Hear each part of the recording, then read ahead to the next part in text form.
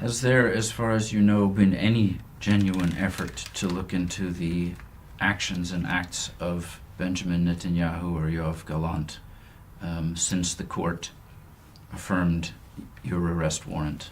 Well, at the moment, I haven't seen that. I mean, there's been a denial that crimes have been taking place or that have taken place. There's a denial in many areas. But that can also be revisited by independent investigating judges or prosecutors, law enforcement, to look at the allegations and to review the conduct against the yardstick of the international obligations under the Geneva Conventions and under the domestic obligations of the State of Israel. And that's a sovereign prerogative. But we're here as a court of last resort. And at the time of the application and at the time of the decision, and as we speak right now, we haven't seen any real effort by the State of Israel to take action that would meet the established jurisprudence, which is investigations regarding the same suspects for the same conduct. But that can change, and I hope it does. Of course, we're talking about the highest levels here, right? Netanyahu and Gallant.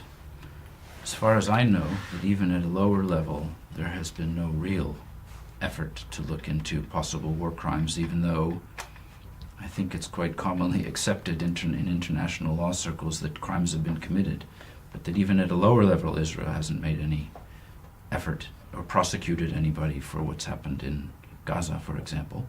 Well, it goes back to my earlier answer, Anthony, that unfortunately, for a long period, there was a complete denial of any alleged criminality, a denial of any conduct that fell below the standards that's required by the Geneva Conventions or by Israeli law.